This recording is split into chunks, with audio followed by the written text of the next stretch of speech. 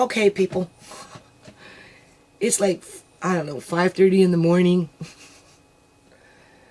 And it is, I think, March 29th. I've only got like 27 minutes left on this camera. But I want to keep this short because I have a whole lot of other clips, right, that in regards to the trees that are being cut down and whatnot. And Andre and I, we found some sand for the pond, right? So we got our sand on. I probably did about 2,000 pounds of sand. And when I was out doing the sand, the neighbor across the street came over and he goes, "What you doing, right?" First I asked him if he was the property owner because he was kind of like standing around looking, and I'm like, "Are you the property owner?" He goes, No. I live across the street." Anyway, long story short, he asked me why I was getting this sand, right? And I told him I was getting it to line the pond, the big pond, because we need to put the big pond in soon, right? And that he noticed, like, I'm a small, petite woman running back and forth with these buckets of sand, loading them up into my son's trunk, right? And I said, well, he goes like, I'm like, but, somebody has to show leadership, right? I says, I have to show my grandson how to do it, right? If I don't do that part for my grandson, we can't go and build the pond. And I can't afford to buy sand, so the sand was free. It was just a matter of putting some effort into it, right? So that was pretty cool. So anyway, he took me across the street and he showed me his little pond that he made with a nice little waterfall, right? And was specific to point out his river rocks, right, that he got from the rivers. And in terms of, you want real river rocks to line up a waterfall, because that's visually it looks the best. Okay, that's not what I wanted to talk about. I'm going to keep it brief. I'm gonna title this one Uncle John's Prodigy, and then whatever it is related to the trees, right? So 2 subtitles. But in regards to Uncle John's Prodigy, because I'm sitting here, people. I sit here like early in the morning, and I'm like thinking, right? And I'm it's like a war room, right? So, and I'm like, because I'm dealing with this house. We got a review from one of the neighbors, and she said that the house itself has been fairly quiet. So I said, that's good, right? So I've been letting everybody know that it's been quiet, and that, the neighbor is pleased in terms of what's been going on. Outside of that, of course, I'm staying connected, right? And as I'm connecting and staying connected and disconnecting, because, people are coming and going or whatever, I come back home and, I think about what's going on, and like, we're fighting over money right now. Anytime you bring money, people, it doesn't matter where the money comes from. People they start gooning for whatever reason. It could be a little bit of money, or it could be lots and lots of money. It's all the same. Money is money, right? It brings out the green-eyed monster in people. And this is one thing that I've noticed with the nonprofit over the years, right? And what I'm talking about actually relates directly to the nonprofit, because I'm in a crossroads. Like I said, I've only got maybe 19 minutes left on this camera. I don't want to get into it too long, but I'm at a crossroads in my life with this situation. I'm like sitting here, how did you get yourself in this situation? Oh, what webs we weave, right? And like, I'm talking to Uncle John, people. I still talk to Uncle John, He's patting me on the back, he's saying you're doing a good job, right? And I'm like, and I tell the people, like, I'm on the fence with this. Like, I'm tired, and, I'm not well, and, my grandchildren need me. I'm going to start looking after Amari, the baby, pretty soon, because Shimei's going to go back to school. And then once she's done school, she wants to go to work full time. So now I'm looking at creating a daycare, because I don't want my grandson, the baby, being raised by strangers. And, he's a little cross-eyed and stuff. So I don't know. There's some issues there that we need to deal with. And, I want to be there for him, right? Along with Andre. And not have all my energy, over there in a very negative kind of environment where, people don't want to grow, right? And stable out in their lives, right? So, you know, we're still in this kahuffle stage with the house. I may have to plug this in. We're still in the kahuffle stage with this house because we don't have, like, people have moved in and moved out, right? For whatever reason. Some people are still debating whether they want to live there. You know, my daughter is, right? So, you know, that doesn't make it always easy, right? And, you know, I'm talking to Uncle John, and I'm like, and I tell the people at the house too, I tell them, like, it's like my daughter said to me, you know, Mom, you got the first house. If you've done it once, you can do it again. Because once I do it again, then you kind of make the commitment to continue developing the books, to continue program development, because there's other programs that I want to introduce. You know, I want to introduce a pet program. I've already dropped off one collection box just to see how that goes. You know, introduce pet program, you know, food security program, dental program, children's youth program in terms of like BMX bikes or mountain biking in terms of like competition for youth. We could develop that program because there's people that are very interested in bikes and building bikes and, you know, like competitions and stuff. So you kind of want to like build on things that people are good at or want to invest their time in. And then of course, small business, right? Small business for the nonprofit and small business for the individual. So with these things in mind, that's what I'm moving forward with when I think about, well, if I get house number 2, those are the things that we're going to develop even more versus just thinking about it. But I'm dealing with people that are just like, you know, they come from a subculture of a culture, right? And there's so much peer pressure centered around that subculture for whatever reason that, you know, it's hard for the people that are trying to ground themselves to hold off, I call it the herd, in terms of the numbers of homeless people coming to the house looking for the same sort of, I wouldn't call it a situation, but maybe opportunity, right? So the people in the house that are resilient to stay there, because you have to have a little bit of resilience just to put up with the bullshit, right? From everybody else, never mind having to deal with your own problems, right? So, oh, I kind of lost myself with that one. You know, I think, well, what's my job? How can I help them to get in touch with themselves? Because it's a New Nations Unity supportive housing initiative with I call it adult rediscovery. They have to rediscover themselves. And then I think, well, you know, as people are going into that kind of mode, it's a mode that people have to get into with their head, that they're going to rediscover who they are, what they're good at, what they want to do, how they want to contribute in terms of like to society, you know, to themselves, like as a community, that type of thing. And what is the best way to allow people to do that over a period of time when they're coming in damaged, right? In terms of post-traumatic stress syndrome and all this other crap people go through from life, right? And then I think of Uncle John, and this is why I say the prodigy of Uncle John, right? This is where my talent is. I've obviously, I wouldn't say produced. I'm going to plug this in, people, because I don't want to get cut off in mid-sentence, so hold on a minute. Okay, anyway, this camera's fuzzy, right? Whatever. Okay. It's plugged in, so it's going to be a long-ass video because I'm going to add the other ones to this video. So this video will probably be over an hour long because I haven't been doing videos. I haven't been wanting to do videos. You know, I'm not impressed that somebody came into my yard and stole all my black walnuts. I'm not, people. I talked to my son about that, and my son said, I think it's kind of blurry, but that's just the camera, and there's nothing I can do about that.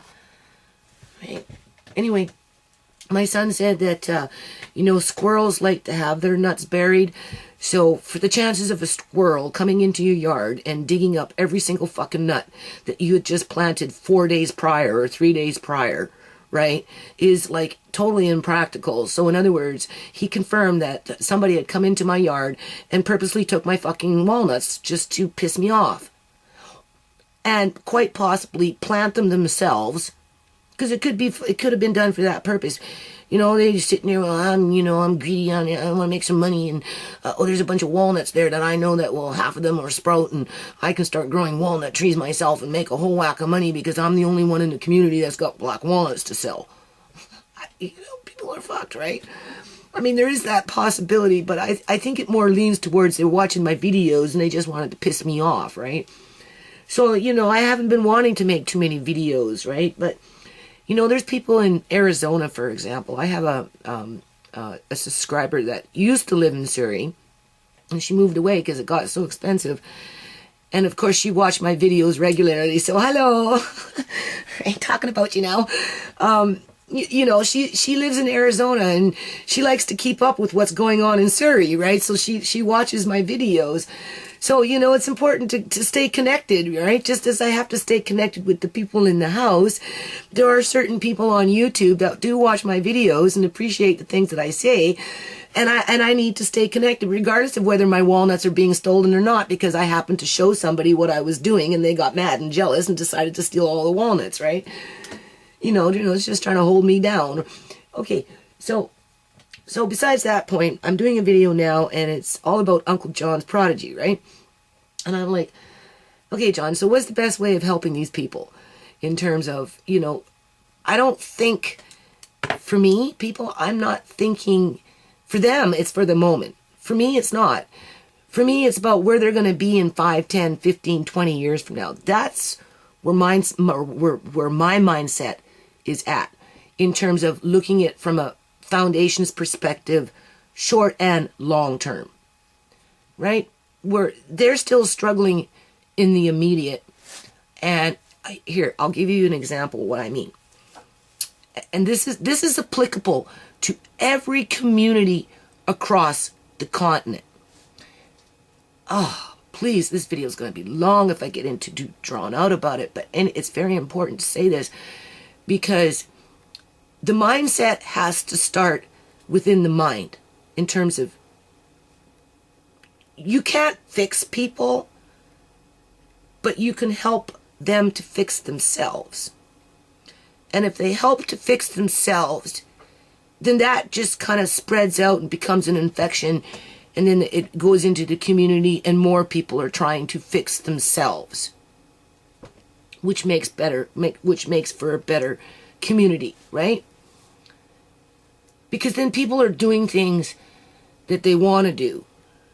And because they want to do it, chances are the majority of them are going to want to do it to the best of their ability, right? It doesn't mean it's going to be done perfect. It just means that they're putting the effort into it. And it's like anything. The more you practice, the better you get at it, right? So we're just coming into the initial stages of the mindset to where currently we are in a substance abuse crisis because, and everybody will agree, when I was growing up, I'm 57 now, when I was growing up, I never seen a needle on the streets. Never seen a needle anywhere. As a matter of fact, I didn't start seeing needles everywhere until the last 10 years.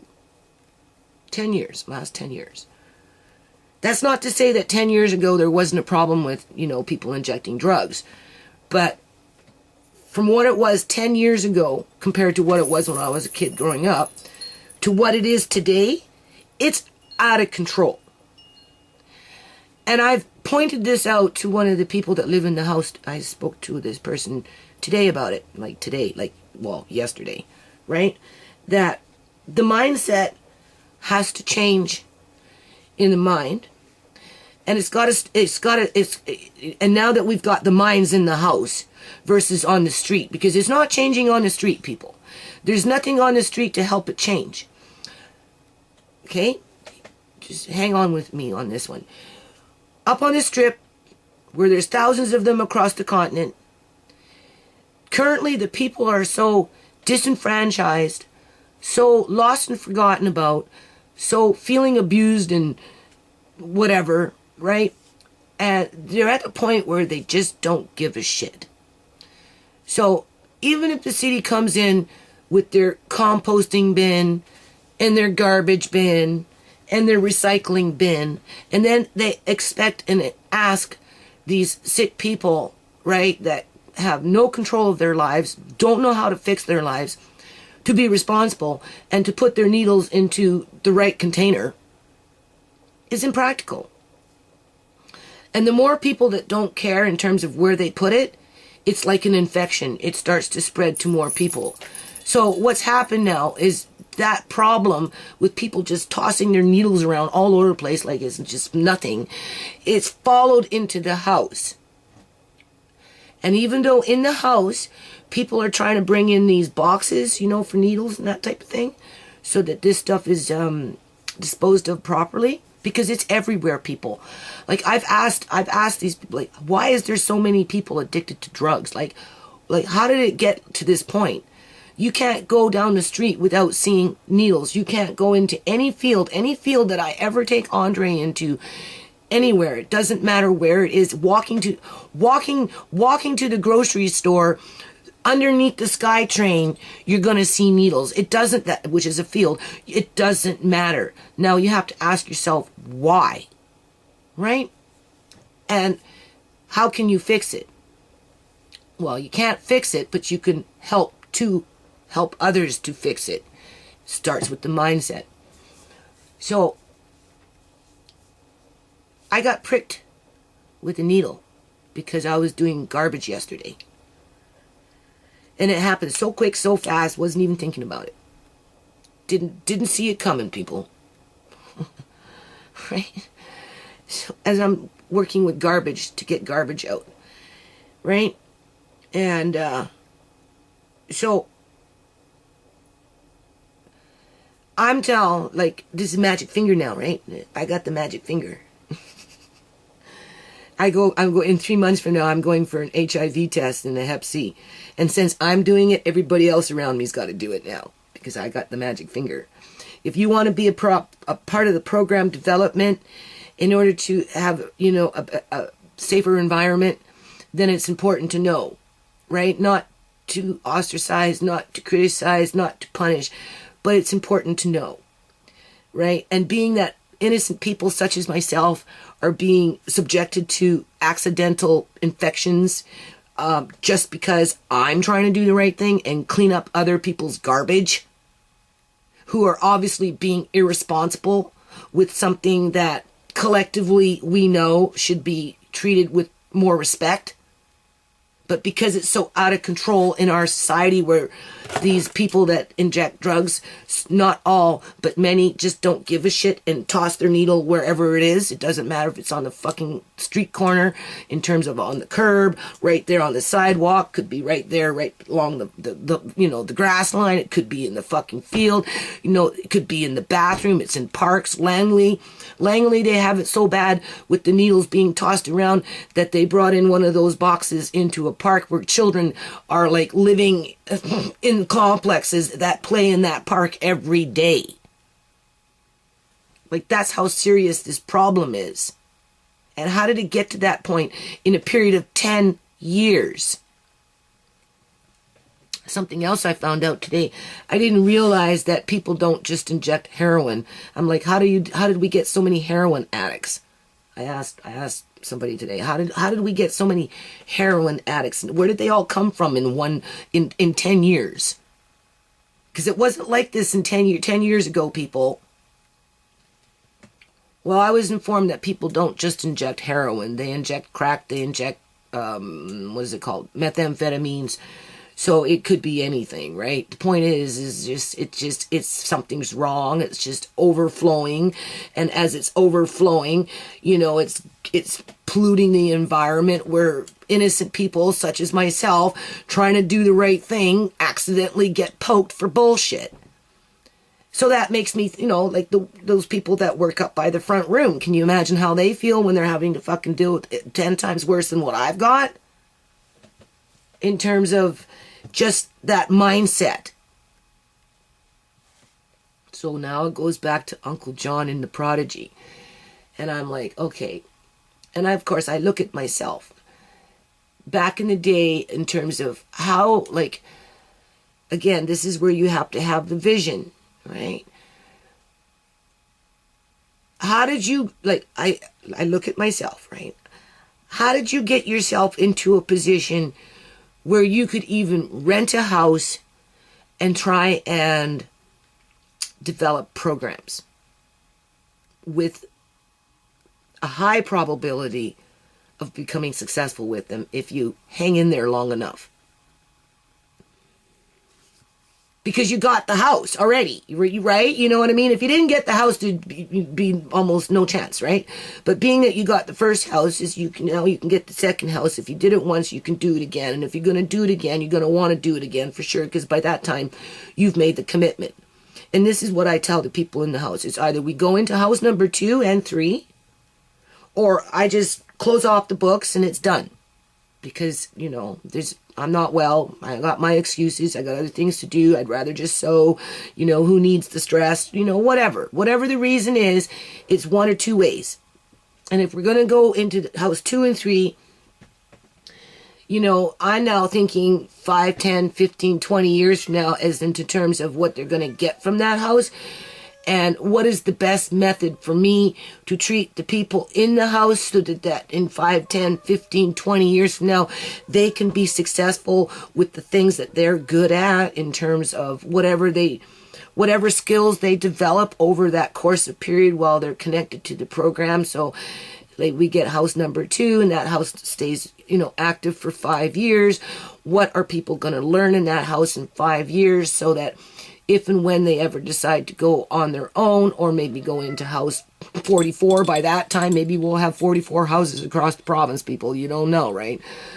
And, they've moved on to some job position where, they're actually getting paid to help run those 44 houses because it's like training employees. How do you train employees? And once you train them, how do you retain them and keep them, right? That's how I'm thinking, right? And, I'm thinking, well, what, I wouldn't say what worked with me because I was already stable. The difference between me and these people is when Uncle John came into my life, I was already stable, people, right? He moved into my house and I took on the burden of looking after Uncle John. But while I did that, he also, encouraged me to found a nonprofit. He encouraged me to talk to MLAs and don't be afraid. He encouraged me to write those 50/50s, right? He encouraged me to do those park events, right? He encouraged me to get out there with the DJ equipment outside of Byright and, put out the, whatever, right? He encouraged me, which over a period of time made me stronger, ultimately. He encouraged me to sit down and write 1 million words. Well, more like 10 million words. Right? You know what I mean? And in the end, it all added up to the point where we've got the house with the potential of getting house 2. But the thing is, the people that I'm working with don't necessarily believe in themselves yet. That's the thing. So this is where Uncle John's Prodigy comes in. And I'm like, okay, what's the best way of dealing with these people in terms of helping them to get connected with themselves, with what they're good at, so that they can, have a life in 5, 10, 15, 25 years from now. And by that point, I'll be dead. I won't live for 25 years. I highly doubt it, people. Right? But many of these people that are participating in what we're trying to do right now as a group will. So, just as Uncle John would want the best for me, and pat me on the back and tell me that I'm doing good, that's the same motto that I'm taking to the people in the house. And I'm looking at it from Uncle John's perspective, as if he was standing there being right in the mix, because without Uncle John, there would be no foundation. And it's not anything he walked away from, people. Right? Uncle John taught me a lot. Serious. He taught me a lot. Because he gave me hope. He gave me that self-belief that I needed in order to be able to even sit here and talk today. And then take that and take it to them, whether they're watching my videos or not. You know, it's not about you sitting up in the house watching my video if you're watching my video, any more than it is really about the landlord sitting there watching my video if he's watching. We all know the landlord's been pretty damn good. He's been rolling with it. He's he's the captain. Ultimately, he's the captain of his house. He's the captain of that ship, and he's been holding down the ship, right? You know, we're still on the sea, people, still going like this, and this captain's like, whoa, this is quite the fucking ride we got going on here. You know, but he's been going with it. So, you know, but it is about my American friends that do sit up from the United States of America and watch my videos and everything else. And, you know, whether they're watching just to see what's going on in Surrey, or, you know, whether they're watching just, you know, for whatever reason. So anyway, that's pretty much where I'm at with things, people. I've been doing black walnut bark and whatnot, and just, you know, trying to find my own way in this house. You know, what is the purpose of me going back and forth, and what's the best thing that I can provide for them in terms of like moral support and that type of thing. And I can't fix them. I can only help them to fix themselves, right? You know what I mean? And I think that's pretty standard across society. You know, not everybody is thinking like that anymore. I think we used to think more like that back in the day, right? Because there was better support systems, and, you know, people had more opportunities, and life wasn't so stressful, and, you know, there wasn't that criminalization of the poor, you know, or the sick or whatever, as much as it is today. Because what's a lot of what's going on today is pre-designed as a form of genocide. And you know, when people are in that genocide, like, you know, it's hard it's hard to put the brakes on it, unless, of course, you know, there's somebody there to help you develop to be strong, you know, as in character, right? You have to be strong in character. That's that mindset again, right? So anyway, yeah. So I got the magic finger now. So it's like, you know, I'm on everybody's case. I don't care whose case it is. You know, this shit of being sloppy with their fucking needles, for whatever reason, you know, is going to stop. Because if it can stop in the house, with the mindset in the house as the people are coming, right? And then they leave and they take it out into the community. That's where that is going to spread out in the community. And hopefully with, you know, more houses and just more people on that bandwagon in terms of clean up your mess, right? That's helping people to begin helping themselves, because once they can start caring about themselves, their environment, you know, the people in the environment, then whatever is going on today, people, in terms of this influx or overflux or whatever you want to call it of drug addiction, that's just completely obnoxious. Like, it's just completely obnoxious, and it's like everywhere. I'm really hoping that if what I'm involved with right now in terms of the people that I'm working with and that type of thing, I'm hoping that over the next, through Uncle John's Prodigy, I'm Uncle John's Prodigy, I'm going to be patient with these people, because I am going to go, I wouldn't say definitely, but I'm leaning more towards getting house 2 and 3. And once we go into house 2 or 3, you're just establishing more of a commitment. I'm going to try and educate a couple of people in terms of how to do the books. You know, whether I get help or not with it remains to be seen, without any flack. You know, people need to do the books just because they want to be helpful, not because they're trying to take money from it or, you know, be disruptive or sabotage. Or, like I said, I've had so many problems with bookkeepers, you know, that it's just too many to count. But at the end of the day, you know, I don't want to sit up here and have to do all this work by myself. And eventually I'm not going to be around to do it. So you have to train your employees. And then once your employees are, not they're my employees, but you know what I mean, that's the attitude, right? And then once the employees are trained, then you have to find ways in order how to retain them, you know, and to keep them as loyal employees, right? So,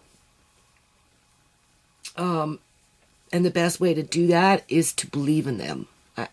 Uncle John's Prodigy, that's the best way. It's going to take a while. Nothing's going to be perfect. There's going to be trial and error. But through Uncle John's Prodigy, anything is possible. And that's how I'm going to end this video. Okay, people. As you can see, the house is demolished. I'm telling you, they're just ripping down house after house after house. And they're building things that the average person can't afford to either buy or rent. I don't know. Right across the city of Surrey, I'm pretty sure hundreds of people are going homeless every week. You just don't see it because they're couch surfing and stuff, people. Anyway, there's the black walnut. It's getting ready to be chopped down. As soon as they clean up this stuff, I guess tomorrow, I guess they'll be going after the trees. So I've been taking some bark. Feeling really bad, people, that I'm taking bark from these trees. I feel like I'm killing the trees, even though I know the trees are going to be killed. And I'm telling the trees, you know, I'm trying to let them know, asking them, do they know that they're going to be chopped down like any day now? Right? Nobody cares about them, people. Anyway, so I'm kind of depressed right now. Serious. You don't know how depressed I am. Look at this. There was a man out here, 76 years old. He was a wood carver. He said this wood is hawthorn. And he said the same thing I said, people. People just don't care. You know? He said the old trees, like the black walnut, and I think he called it the hawthorn. The hawthorn tree. He dug it all out and sawed it off. Because he carves wood, right? Look at that. Isn't that nice? But even he was saying that people just don't see the value in this stuff. Right? It's all about money. Everything's money. Money, money, money. Look at the little bumblebee. Hello, bumblebee. You're a wild one. Don't you sting me. You be nice. Huh? Okay, Andre, I don't even know if that was working. Hold on. All right, people. Anyway, I just did a video and it wasn't even recording. Don't ask me how that one happened. So we're here to say goodbye to the walnut trees. Right? And what I was just talking about was I was pointing out all the trees that are going to be cut down. I was saying that the white oak, that one right there, I'm wondering if they're going to keep it because they had it kind of marked off. So I don't know if they're going to keep that one, but I would suspect they're going to be cutting down the holly tree, the English walnut, the black walnut. Those pines up in there, which are fairly high. Those ones as well, which are fairly high. These are mature, fully grown trees, right? This one over here is a little white oak that I don't know if they're going to chop it down. I don't know if they're coming in all in one day and doing a swoop on the trees, chopping them down and loading them up on the truck. Who knows, right? It didn't take them long to demolish and to get rid of the house. As you can see, it took less than a week. I was saying in the last video that was not recording that as they were taking out the drywall, and after the drywall was out, people were moving in, and on the day that they destroyed the house, they were evicting people that had moved into that demolished house. Well, soon to be the demolished house, right? In terms of, you know, half the windows were gone, all the drywall was gone, it was gutted, you know. And people moved in just even if it was for a day or two. And hold on. Yeah, Andre and I, we found some sand. So because we want to put in the pond this year, it's pretty good. It is. It's good for the pond. So I'm going to be having to haul around 1,000, 2,000 pounds of sand. This, right? Because I can't afford to buy it, and when I find it, I bring it home. Yeah, I found it, right? Yeah, so we better probably start on that like ASAP. And then I was pointing out the trees that are being cut down on this property because it's 4 properties. 1, 2, 3, and then 4. So prior to this stage, there was an actual apple tree, there was a cherry tree, there was a maple tree. In other words, there were more trees than what there is now. But over the next, I don't know how long, 1, 2, 3, 4, 5, 6, 7, 8, 9, 10, just 10 in the middle. 11, probably 12, 11, 10, 11, that would be 11. Just in this area here, they're going to be cutting down 10 to 11 trees. And hold on a minute. Nice. And then over in that corner, way down there, I can't see, right in there, is a whole whack of trees. And then tucked right in the corner is an English walnut tree. So whether those get cut down or not, I don't know, right? And then on this side, we've got 1, 2, more than likely this one, which is an actual white oak. I didn't know that. And then I think they're keeping this one because, again, it was marked off, so it's hard to say. They might be keeping the white oak because it was marked off, hard to say. But these ones here, I would suspect more than likely will be gone. If not, maybe that one might stay. But these 3 over here, 4 will be gone. And then you've got a line of trees right in there that may or may not stay. Depends on what side of the property, because that's the property line for the other property where there is an English walnut that's just a baby, right? Way tucked off in the corner. So I would think that even though they're tearing down these 2 mature trees, 1 or 2 English walnut will survive. But the black walnut, they're definitely killing off the species without thinking to repopulate it. Yeah. Right? And unfortunately, somebody came into my yard and took, you know, they raided my flower pots, people, and stole my black walnuts, right? It was, yeah, maybe the squirrel got 1 or 2, but it wasn't the squirrel that did it all. So, you know, no, they're not going to redig up and then come back and move everything around. No, no, no. So besides that point, anyway, so let's go home and figure out how we're going to get some sand home here. But no, I thought you said, how are we going to get Oh, sand is heavy. Yeah? But look at this, people. Look at this beautiful sand. This is exactly what I need for my pond. That's not bad. So yeah, what? I said 11 trees just in the middle of that property. If you go off to the side of the fence over there, you can add on another 5 more. These 3 you can see, I don't know whether they're staying or leaving. So, you know, that's like 11, another 5, 4 is 5. So that's 16, 17, 18, 19, 20, 21, 22, 23, 24, 25, 26, 27, 28, 29, 30, 31. At least 30, 31, 32. There's the apple tree over there, 33. That's 33 trees, people, that I can count right now that are all at risk of being chopped down. And then, this is what people tell me. It says here, number of units 117, right? And it's for parking stalls senior units 64, parking stalls childcare 21. I don't know why you would need 21 parking stalls for childcare, but anyway, I don't know how many suites this is, right? If it's only parking stalls senior units 64 units, that's not a lot of suites, I would think. And they're for sale, right? The senior home ownership for the ones that are coming out of their houses, you know, and moving into these situations. That's what this is. But you know, it's a lot of this is a sell me good. You know, oh, we're doing childcare and we're socially responsible and we're looking after seniors and we're socially responsible.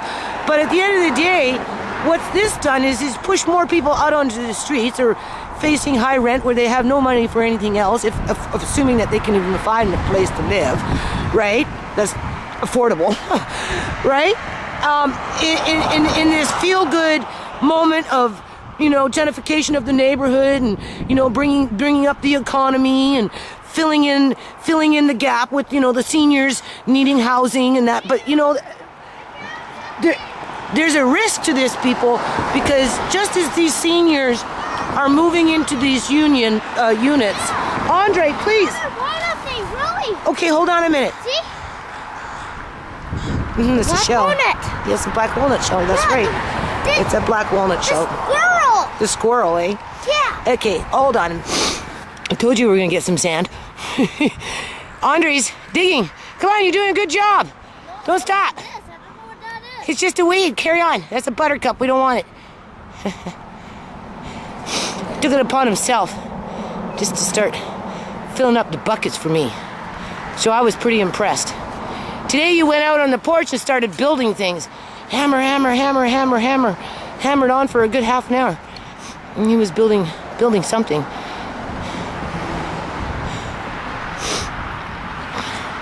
So we got sand for the pond now, people. Hold on. So now it is. Yeah, it's got that little red thing there. It says report. Yeah. See? Yep. Come on. Okay, you gotta get out of my path. You can tell the story. Okay. Oh, I got on my head. The GG hat? Yeah, the G Kids hat. Yeah. I have one too. You do. Okay. That's right. And we're getting sand. Yeah, what are we getting it for? For the pond. Uh-huh. And who's gonna be putting in the pond this year?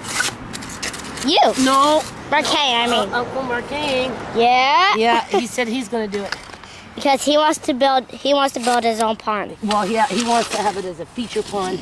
Yeah, maybe I could swim in it. No. It would be good for swimming. No, but we might get loons. Huh? We might get loons flying in. If it's big enough, they'll fly in. Which loons? A loon is a bird. Wouldn't it be funny if we got some ducks? Yeah. Huh? Yeah. Yeah. But those are far away. No, they live in lakes. Yeah. Okay, so we see these big trucks. A truck came in here, but not a wrecking ball truck. Ooh, look at these nice rock, people. These ones looks nice, right? Right now? Yeah, they do. I like that one. This one here is good for the pond. Yeah. I think we should scoop up on a couple of rocks too. Yeah. Yeah. Oh, look at this one. Yeah, I've seen that one too. There's a lot of rocks around here because I saw what the. No. I better show the people this.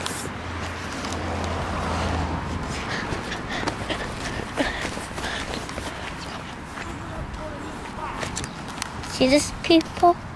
Now look at this rock! These are the walnut trees, people. They're going to turn it down. What day are they turning it down? No, look at that dog!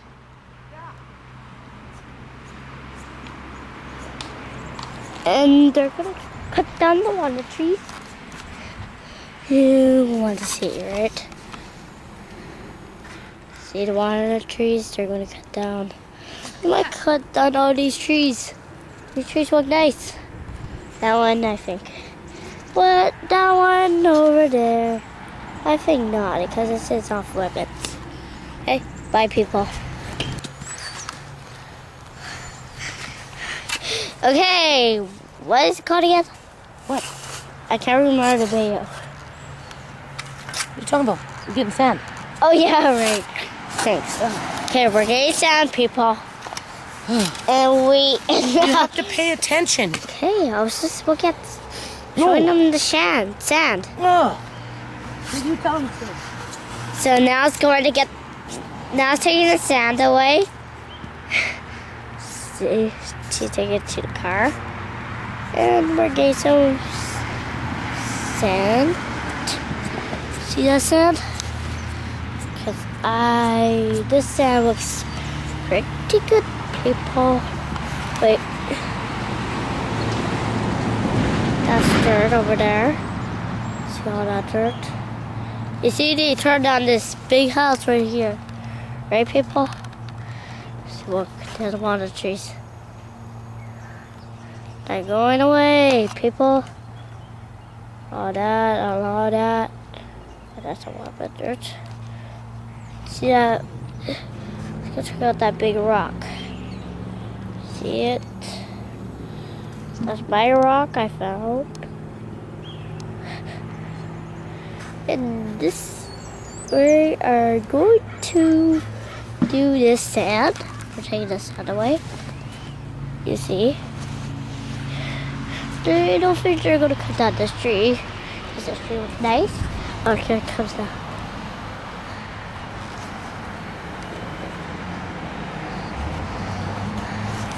Oh, let's go see now where she's going. Hey, if you're done, turn off the camera. Here she comes. Can you not walk in the sand pit? There's a sand pit. Show them. See? That's quicksand. Yeah. You don't want to go in quicksand. What Yeah. does quicksand do? Pay attention to what you're doing. Tell you? Well, yeah, it will suck you in, right? Yeah, but that was just pretend. Yeah, well, we don't know. No, I was just digging my feet in. Well, I just couldn't get my feet out. go find some rocks. Huh? Go find some rocks. Nope. Fire rock! Fire rock! Fire rock. See all this? Rock. Fire rock. Right here, people. I might need some help taking this one. Okay, we're not wasting film. Okay, give me the film. Go put it in a bucket. Where you got this all? Where are you? There you are. Okay. People, okay. Look what this tree done. It lined itself up. Oh my God. All the way up there. Let's go see. See it all the way. Let's go check it out. Wow. Oh my God. See? Round itself up. And there it is. Yeah, say what kind of tree does that? What kind of tree does that? A walnut tree? Oh, this tree is different. No, like look at this. This is like, we're gonna come back during the day because Yeah, and we're going to come You back gotta show 'em. tomorrow. like you can't really see. We're gonna come back tomorrow because it all wound up in here, people. It's like weird. Hold on.